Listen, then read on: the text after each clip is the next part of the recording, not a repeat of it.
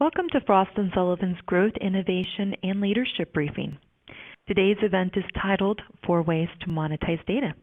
My name is Anna. Our panel leader today is Archana Vidyasekar, Research Director for our Visionary Innovation Group here at Frost & Sullivan. Our presenter is Chaitanya Habib, Research Consultant here at Frost & Sullivan, and it's our pleasure to introduce our guest speakers, Chandos Quill, Senior VP General Manager with ALC, and Trey Stephens, Consultant with Acxiom. With that, I would now like to hand the session over to Archana. Thank you, Anna, for kicking us off, and a very warm welcome to everyone dialed into the briefing. Thank you so much for joining us today. Also, a very special thanks to Chandos and Trey for being a part of this webinar and sharing their insights with us. Thank you. My name is Archana Vidyasekar from the Visionary Innovation Group at Frost & Sullivan, and today we will be looking at the topic of data monetization and how industry, consumer, and enterprise data can be used literally as currency to increase revenues, decrease costs, find new customers, unlock new revenue streams, and many, many more. The possibilities really are plenty. So we have quite a lot of ground to cover today and a pretty packed agenda. We will start by providing you with a market perspective from Frost & Sullivan, which will be based off of a study we recently completed on data monetization. We will throw some light on routes to monetizing data, industry frameworks, general guidelines, and also share industry use cases. We will then be followed by our guest speakers who will be offering us a perspective on the importance of industry collaboration and how ALC and Acxiom are enabling this. Now, this is a very important aspect for all of us to understand the enablement of collaboration and data sharing, and more importantly, privacy-compliant data sharing is critical to the success of these models. And finally, we will open the floor for live Q&A. Please do keep your questions coming in. We will be taking close to 10 to 15 minutes towards the end of the webinar to address those questions. So with that, let's get started with the Frost & Sullivan perspective first, and I will begin by expanding on the market context a little bit. As we all know, data is an ever-expanding enterprise asset, and it's expanding and growing by the day. Our market analysis shows that we are already in the zettabyte era, and to put that in perspective, 1 zettabyte is around 1 trillion gigabytes. And what we're expecting to see by 2022 is entering potentially the multi-zettabyte era, wherein we will be generating nearly 5 zettabytes a year. Now, this volume of data and the voluminous growth in data is certainly interesting, but what is even more interesting to see is the growth in variety of data that is coming in. Now, as you can see in the slide here under data formats, the new emerging types of video, image, and audio voice data is going to bring new perspectives, context, and even dimensions to our understanding of business situations, virtual worlds, and the environment in which our assets operate in. So what we have here on the right are a few examples, interesting ways in which we are seeing industry participants leverage these new forms of data to offer really interesting services to their end customers. We have John Deere here that leverages both sensor data and image data and video data to offer condition monitoring services. Now, this is a very popular service, usually deployed as part of fleet management activities. What is interesting in John Deere's case is how they're leveraging the diagnostic fault codes that are coming from the sensor data, as well as image data to offer real-time support. What they do is during remote maintenance, they look at images, video feeds, and leverage image recognition software to identify visible wear and tear and other issues on the surface that is indicative of a vehicle's condition. So this way, by combining both the sensor data and this type of sort of real-time image information, they're able to offer much more prescriptive, informed, condition-based maintenance and scheduling for their fleet managers. Now, video data is another important new data asset that's growing, also growing in terms of both volume and variety. Apparently, there is close to 1 hour worth of content that is uploaded on YouTube every second. Now, that is a lot of video and image metadata. What's interesting is how cities and smart city communities are looking at this video data to offer smart citizen services. For example, Copenhagen is looking at a traffic system wherein they will be using image recognition to distinguish between cars and bicyclists at a traffic signal and adopt priority signaling for a bicyclist as an incentive for choosing a greener mode of transportation. Now, Copenhagen does have a bigger vision to become the world's first carbon neutral society, and they are consciously trying to reduce the number of cars on the road. And it's interesting to see how they will be leveraging video feeds from traffic lights to promote more bicyclists on the road rather than car owners. While that's of interest, there's also a lot of activity that we're seeing in voice data as well, especially with the rise in personal assistants. Of course, we've chosen to highlight the poster boy here with Amazon Alexa, but there are so many other personal assistants around this, whether it may be Siri or any consumer hardware out there comes with conversational skills now. And the more improvements we see in NLP, natural language processing, and capabilities in text-to-speech and speech-to-text sort of programming, we can expect to see a lot more activity and a lot more traction from voice data. And also, I'd like to note that it's not just the consumer hardware companies that are entering into this space. We're also seeing automotive companies, healthcare companies, retail companies getting into both the hardware and software business in enabling voice data services and voice-enabled customer services. Now, in the previous slide, we saw how different diverse data sets are growing and how industries are using them. So I guess the question is, how do we monetize this data? How do we take this to market? We see typically 4 business models in data monetization that companies that we analyzed in our research appear to be taking.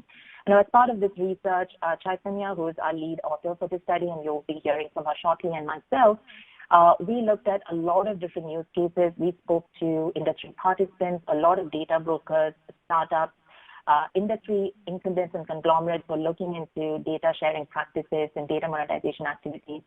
And we sort of measured them and benchmarked them across 4 parameters, 2 large parameters and 4 classifications really.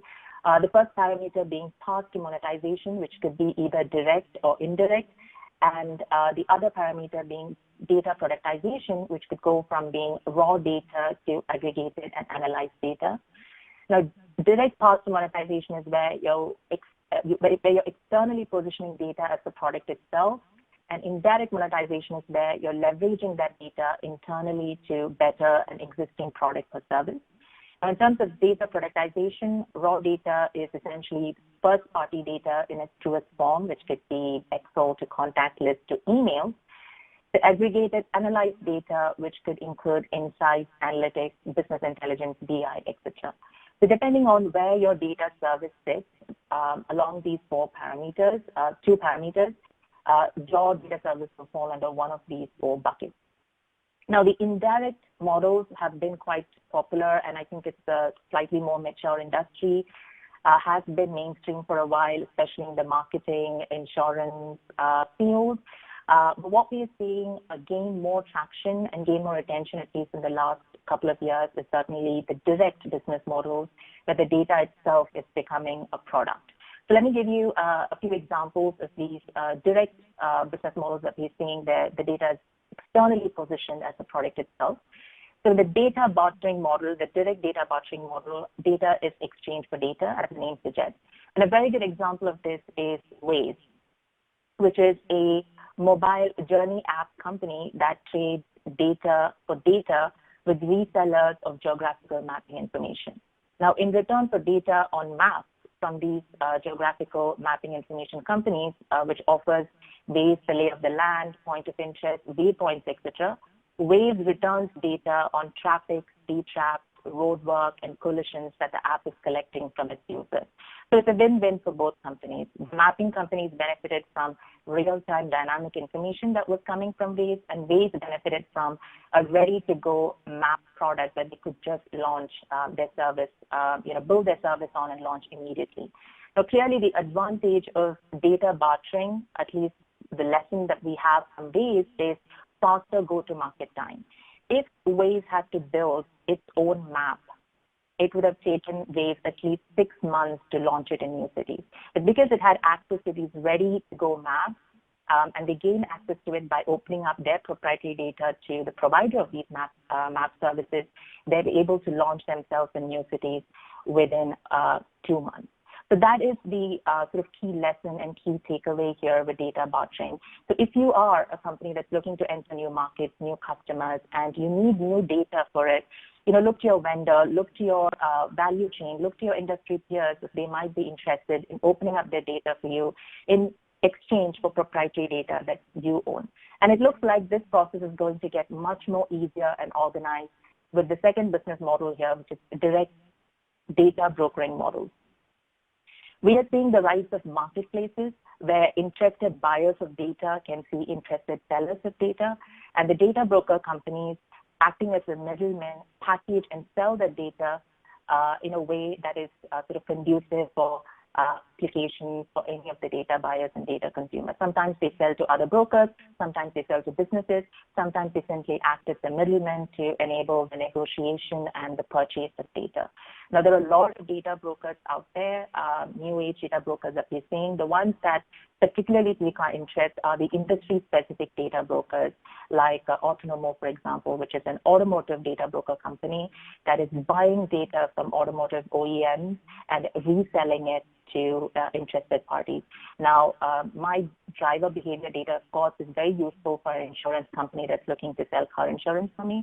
But what's interesting is it's also useful for marketing, where I go, geolocation services. A Starbucks might be interested in selling me, ads on Instagram for drive-through deals and things like that. So there's a big, huge opportunity that goes just beyond the automotive landscape and domain, and that's the interesting opportunity that these data brokers are opening up. They're taking the automotive data to non-automotive players and really opening up new markets for them. We have many more examples coming up, and Chaitanya will be walking you through that. Before I hand it over to her, just a very quick look at the service architecture and the different ways in which we are seeing data products being packaged and delivered to the customers. As you can see here, we've sort of put it on a spectrum going from raw data to prepared data and data products to data services.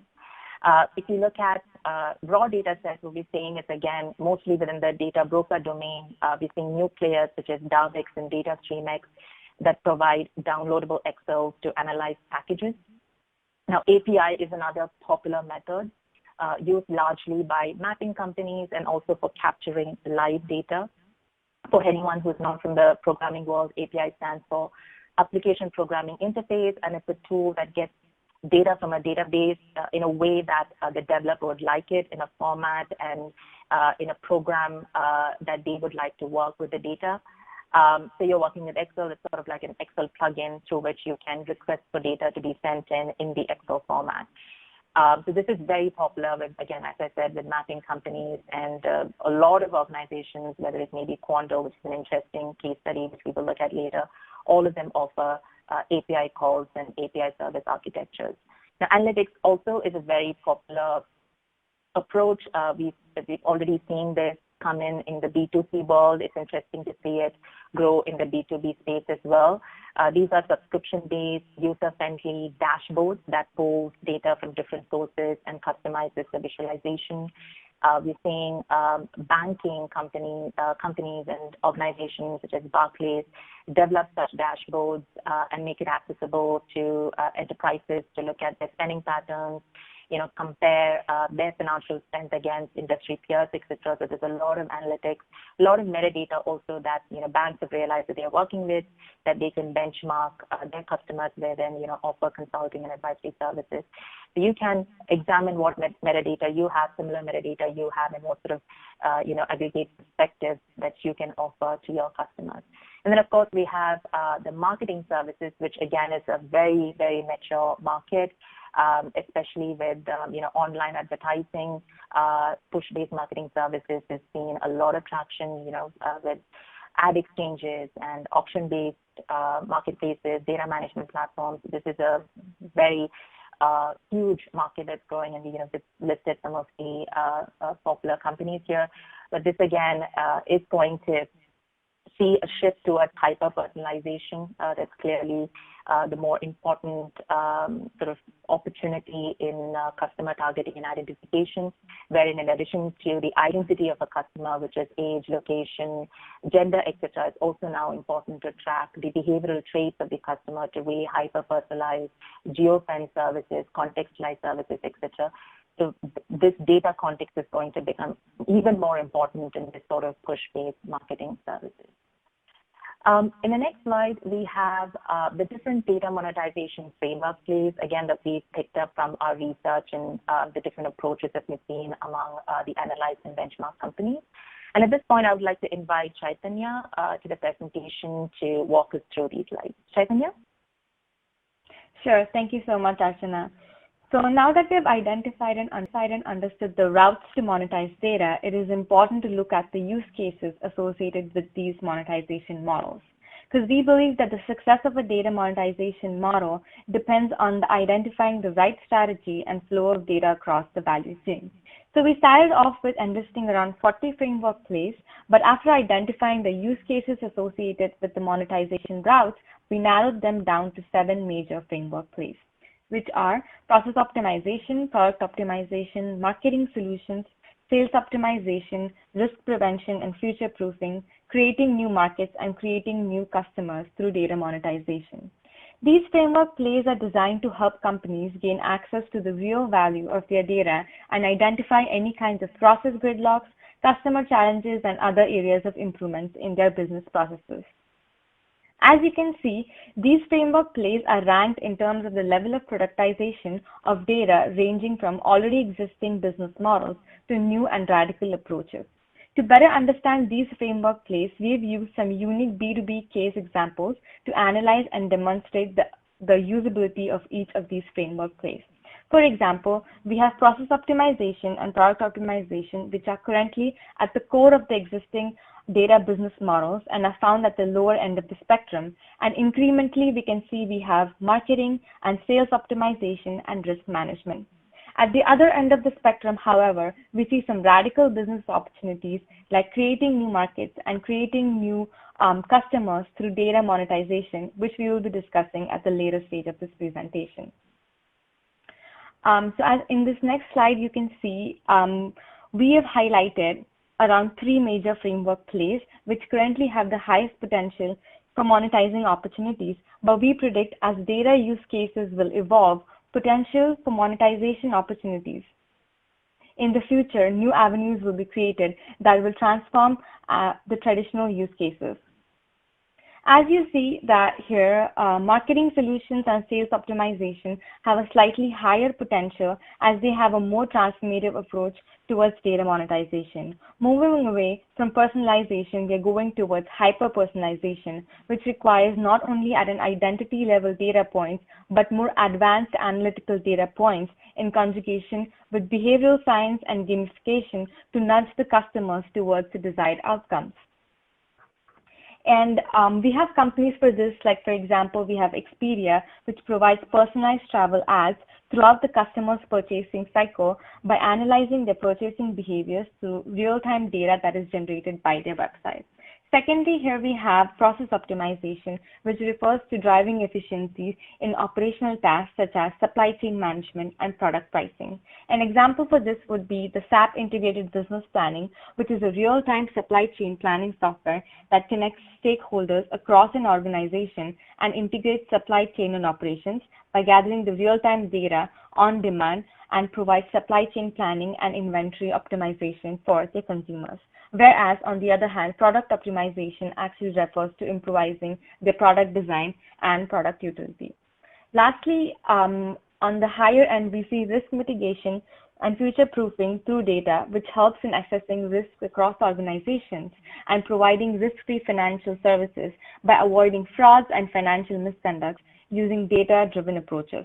An example for this would be a company like Cabbage, which is doing an excellent work in this area, using data from third-party providers to analyze the risk of pre-financing and lending work for capitals for their corporate customers. So once we've actually defined the use case of the data, the next fundamental question is how do we price these data sets? The foundation of a data monetization model depends on, most importantly, having the right framework in place that aligns with the expected business outcomes. The pricing rationale is decided based on the use case of the data set. So there are accordingly two types of rationales based on the following, which is known use cases and unknown use cases. Known use cases is when you have an understanding of the end use of the data set. For example, in this case, for automotive data, we have define the use cases such as telematics. It can be usage-based insurance, it can be for location data, GPS data, etc. This would mean while pricing the data set, the end consumer's willingness to pay is defined by the value provided by the data. So on the contrary, we have the unknown use cases when the end use case is not defined. Usually such data sets are sold as raw data, so the value of the data, which is basically the consumer's willingness to pay, is defined by using the following approaches. First one would be like the auction-based pricing, where the bid is placed on the value to the individual customers who's getting the highest value. Next is demand and supply model, where demand is directly dependent on the quality of the data and the benefit to its end users. And lastly, we have the A/B testing model, where instead of doing a one price fits all, this is a more customized approach to target different type of consumers who have different use cases.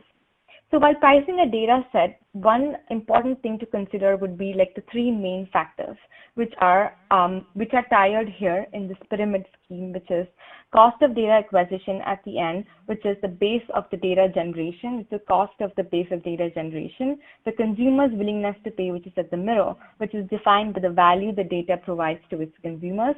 And lastly, we have higher above the data pricing levers, which are basically the qualitative indicators for the data. So these three factors together build a base price that defines the value of the data set. And if we look into it, different use cases might need different pricing models and payment terms. Most data sellers let consumers choose their best fit based on their requirements. So let's look at an example here. For a usage-based insurance, the end user spends on an average around $1,300 per year per car.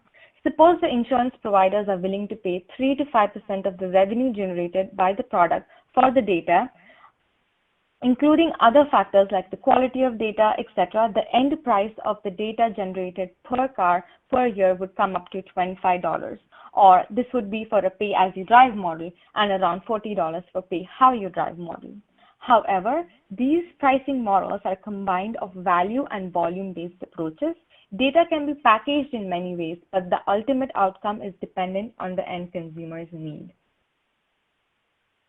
So here, if you look at a regulatory perspective, I guess one most important question we all have is who owns the data. There are multiple stakeholders in the process, from data generation to data aggregation to the final service provider.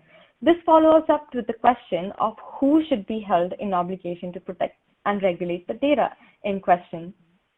As an organization dealing with any kind of data, we think that it is important to stay ahead of the curve in terms of regulation and governance, because data in case is a very sensitive asset, as we all know. So we have the EU's, the European Union's GDPR law, which is the General Data Regulation, Protection Regulation Law, for instance. This law focuses on empowering the principle of privacy, providing strict controls over cross-border data transmissions, and giving citizens the right to opt out of their data. But unlike this GDPR laws, the United States, however, follows a sector-specific data protection laws that govern the handling of data differently for different industries and different sectors. So the following slide actually shows the steps to ensure data privacy and protection in your organization and how to be compliant in handling data. We have a stepwise process for having a compliant and secure data system in your organization. But according to Frost and Sullivan's research, the future of data regulation will be transformed. Consumers will in future have more control over their data, and the rise in concepts like data as labor, consumers will become more savvy and open to sharing their data for compensations, and they basically urge for more visibility against just blanket data collections. With the abundance of technologies like artificial intelligence and virtual reality, data regulations, we believe, will shift from traditional one model fits all to a more agile and use case based approaches. So I guess looping back to our radical approaches, the industries, the future of data monetization industry, Frost and Sullivan has actually observed two main industry verticals that will play a major role in the future of data monetization industry, which are automotive and healthcare industry. Automotive and mobility industry is actually generalizing into a much broader set of solutions across boundaries to go beyond the traditional industry segments. Automotive data monetization opportunities is going to hit around $33 billion in revenue for auto manufacturers and OEMs by 2025. Some identified key trends like shared mobility platforms and connected vehicle services will create new market opportunities in the automotive industry. According to our recent study, shared mobility platform, which is mobility as a service platform, is expected to unlock new value chains for OEMs by giving them a first hand on the consumer mobility needs data. So this opportunity will actually allow them to monetize on that data by catering to a specific subscription programs for specific relevant customers.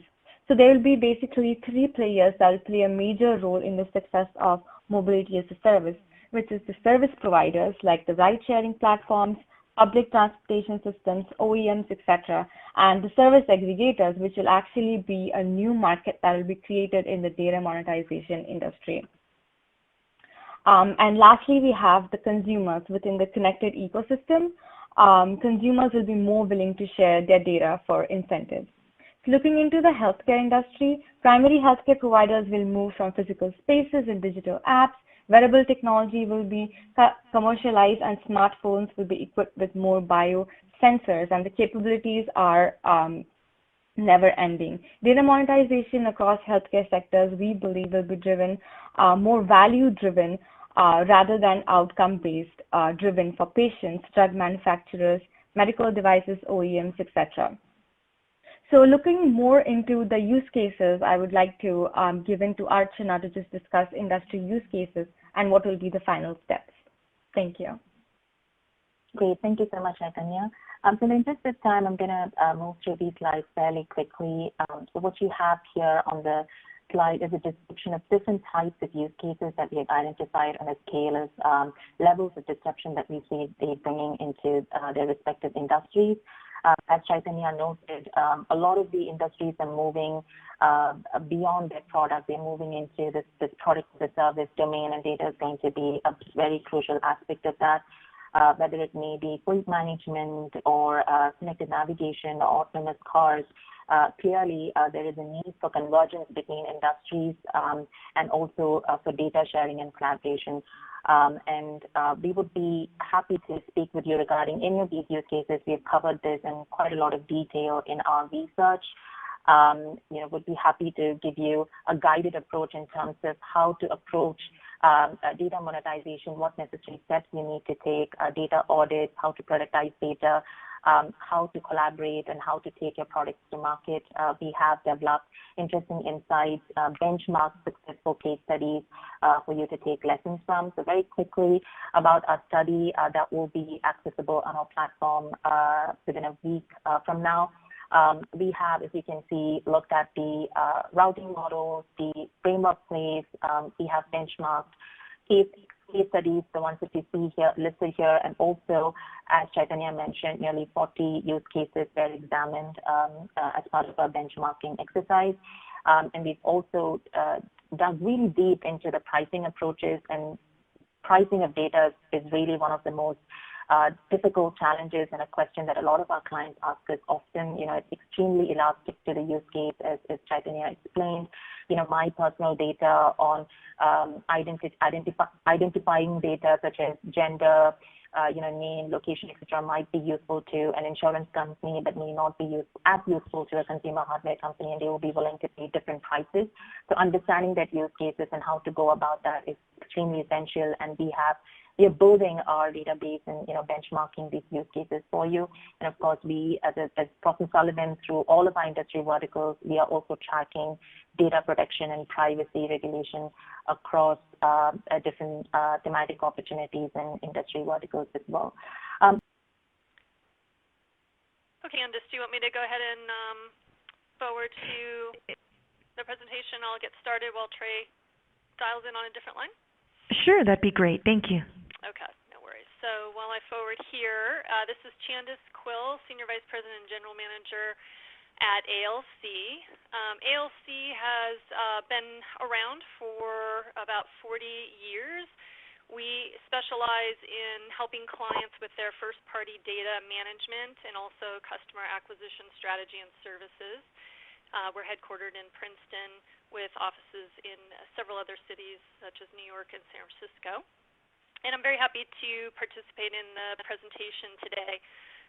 Our founder, Don Rappaport, has an excellent quote that I think is perfect for today's topic, which is, "What's old is new again, and what's new is powerful."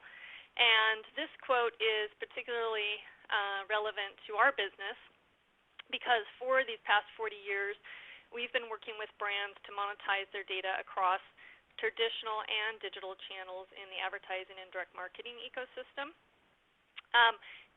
This has been especially successful for companies that started off in the direct mail space. So companies like retail and catalogers. In fact, our first client around data monetization was Neiman Marcus. But there's other industries where this has been very relevant as well. Nonprofit organizations, publishers, and several other industries. We estimate that over these years, we've enabled about $4.5 billion in incremental revenue for our clients.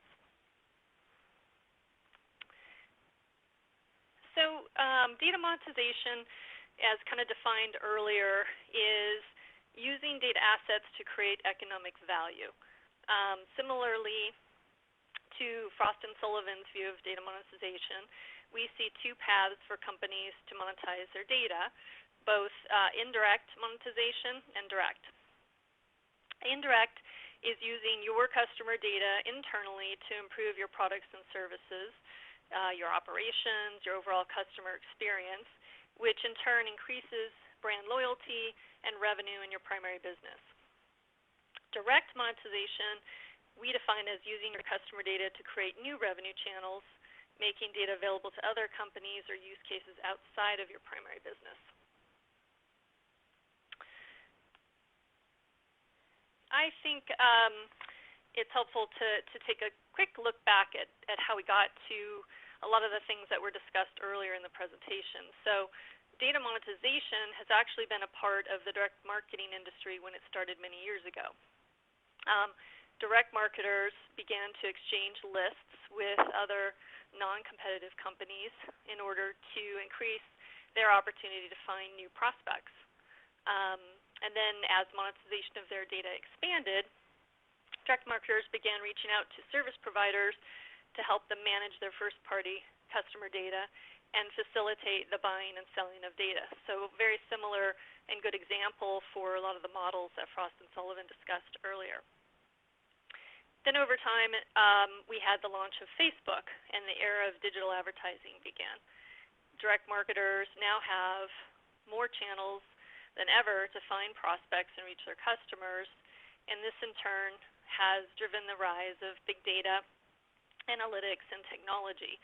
A lot of really fascinating and exciting technological changes, as was discussed earlier, I think are enabling companies to find all kinds of new ways to monetize their data. We see that in the next 10 years, all forms of media and advertising will be addressable using data, and the opportunity for companies to monetize their data indirectly or directly will continue to multiply. This migration of advertising from traditional channels to digital channels will continue to drive the need for data. And this chart from Winterberry, you can see how the spend on data is shifting from offline to digital, and the overall U.S. spend on data being estimated at about $16 billion. So just a quick way to quantify the opportunity that companies have to take advantage of monetizing data in this space.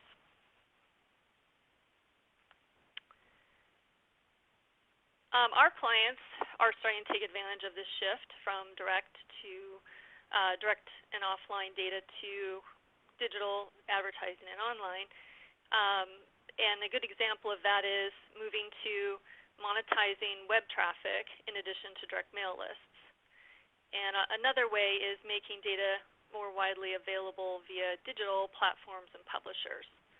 So two practical ways that we see clients already making adjustments in their monetization strategy based on this shift.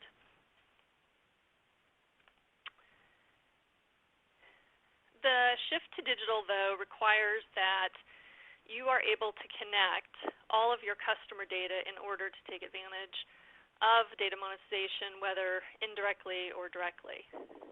Offline data is about real people living at real addresses, not just a mixture of IDs like in the digital space. And identity graphs that are built from offline and online signals are better connected and definitely more accurate. So companies need to use these identity graphs to get a full and complete picture of their customers. Without having this connection, you don't know if someone responding to your ad is a loyal customer or a potential prospect. And without this kind of connection, you can't communicate to your customers seamlessly regardless of what channel they use. And even more importantly, without this kind of connection of data, only a fraction of your data is going to be available to monetize. So in order to achieve data monetization, this whole new exciting digital era, you need a fully configurable identity crosswalk to connect your known data, such as customer names and addresses, etc., to anonymous data, which would be things like cookies, mobile ad IDs, IP addresses, and all in a privacy-compliant manner. Just a quick case study here, highlights for children, which is a great example of what we see with our clients in our industry. For over 70 years, Highlights for Children has provided products for families with kids that help children become their best selves. They are a client that has been monetizing their data in the direct mail, kind of direct marketing industry for quite a long time, and we've helped them grow their revenue pretty significantly over the years. However, you can't just stay in the same place. You have to continue to evolve, and they have looked at needing to adjust their approach to take advantage of some of these new dynamics in the market. So we help them leverage analytics and modeling to create new audiences to monetize, and have recently helped them move from traditional offline channels to sell those audiences to digital channels. And overall, we've helped them generate millions of dollars in incremental revenue. So I'll wrap up with just two more slides, just some thought starters that I hope the audience finds helpful here. One is, should you monetize your data? Is it right for you? And I think there's three kind of general buckets of questions that you need to ask within your organization. One is, how important is generating new revenue streams to your company? Are you monetizing your data well today, even internally? And if you're going to monetize your data externally, do you have the appropriate executive sponsorship? Also need to look at data governance and privacy type questions. What data do you have available to monetize? Is your data clean, complete, and connected so that you can make it accessible and ready to use for external use cases? And then importantly, do you have correct permissions, privacy policies, and controls in place? And if the answer of all this is you want to move forward with data monetization, then thinking ahead about what success looks like for you, who are the companies that are going to find your data valuable? What would be your go-to-market plan? Is your data valuable in raw form, or do you need to create inferred data by combining it with other data? And then what barriers might exist to proceed? So getting started, just a couple of ideas here. One is assessing all of your offline and online data and privacy policies. In today's regulatory environment and privacy environment, I think this is an important thing to do regardless of monetization, but an important first step for sure. Then also looking at the data volumes you have. Again, do you need to do anything addition to your data in order to make it valuable? Doing an evaluation to help you identify the best areas of opportunity and build a business case. And then if you move forward with monetizing your data, making sure you have a go-to-market strategy and implementation steps. And then finally, make sure that this isn't a one-time thing. You need to have an ongoing process for monitoring results, reporting, and looking for continuous areas of improvement. Thank you. I'll turn it over to Trey. Thank you, Chandos. I hope everybody can hear me better now. My apologies for very clear. My apologies for the bad connection. So I will be concise in my comments. I believe we got to how do I monetize my data? That's where I wanted to start. So a couple of different ways to monetize data.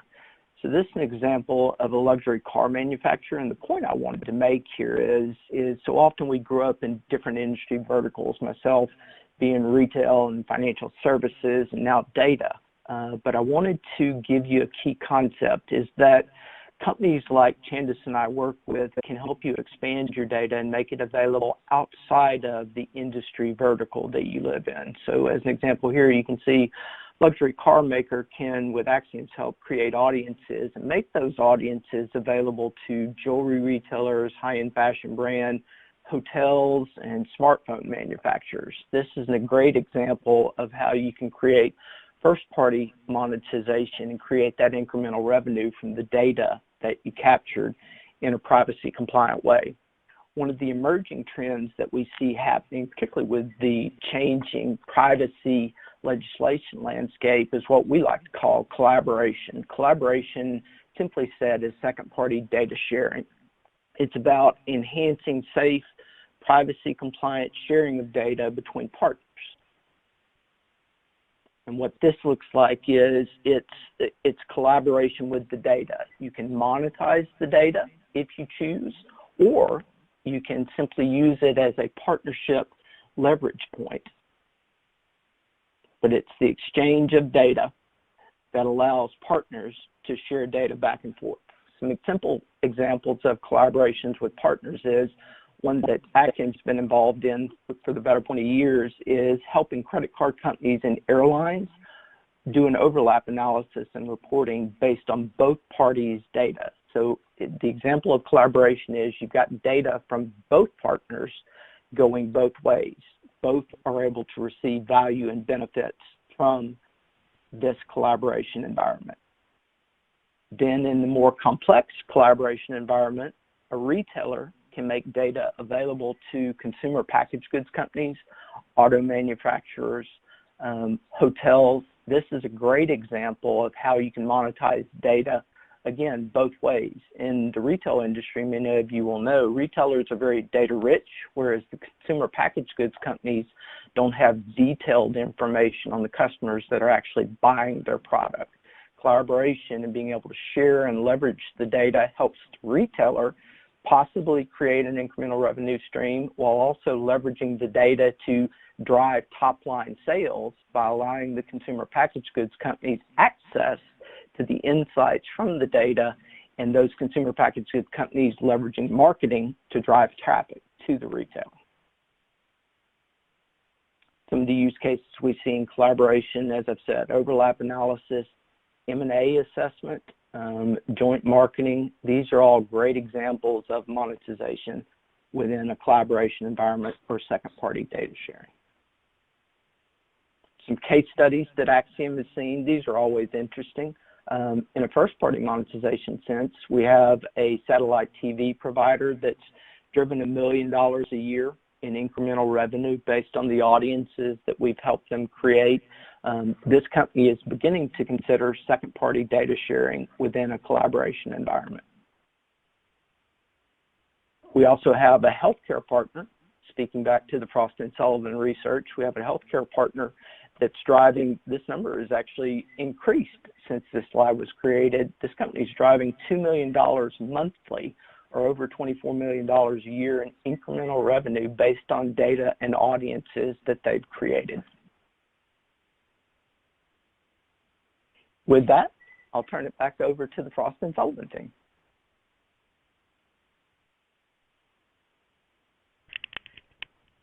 Thank you so much, Trey. Thank you so much, Chandos. So we have time for one question here. Any other questions that we do not get to address live, we'll get back with you. So our one question here reads, what are the business models in data monetization with the public sector cities? Sure, maybe I can get the conversation going on that question, and I'd invite Trey, Chaitanya, and Chandos also to weigh in. Certainly, I think I kind of alluded to the smart city communities and how they are both opening up their city data as well as collaborating with mobility companies and energy companies to provide all these smart city citizen services. Interestingly, we've seen, as part of our research, a lot of interesting products that are very much positioned to cities. Uber, for example, they offer this new tool called Movement that takes years of trip data that they've done across its cities worldwide, and they've made it available to city authorities and also to the general public to understand traffic patterns, etc. And another interesting, again, from the mobility space is this company called Strava, which is a popular biking app on iPhone. And apparently one of the biggest struggles in the cycling industry is finding sort of parking areas for bicycles. And one of the difficulties that city authorities have is in counting occupancy rates with these parking spots, and how many more they need to build for their bicyclist community. And like I said earlier, a lot of cities are focusing on sort of incentivizing their citizens to move towards greener modes of transport. So providing this parking infrastructure is a big part of that puzzle. And they are actually leveraging data from Strava and the data that it's crowdsourcing from its bicyclist community to count occupancy rates and make estimates around how many more parking spots they need in their city. And most companies, they start offering this as a sort of a premium service. It's free in the beginning, and then they start charging for it. Strava actually does charge the city authorities for the data that they're accessing. I believe the data on each individual Strava member in an area runs at a rate is 80 cents for 12 months time span. So these are the interesting ways in which we are seeing cities kind of engage with data, and companies also creating these sort of visual dashboards and analytics BI for cities. Any comments from Trey or Chandos on how maybe you've worked with the public sector and how data monetization can be an opportunity for this community as well?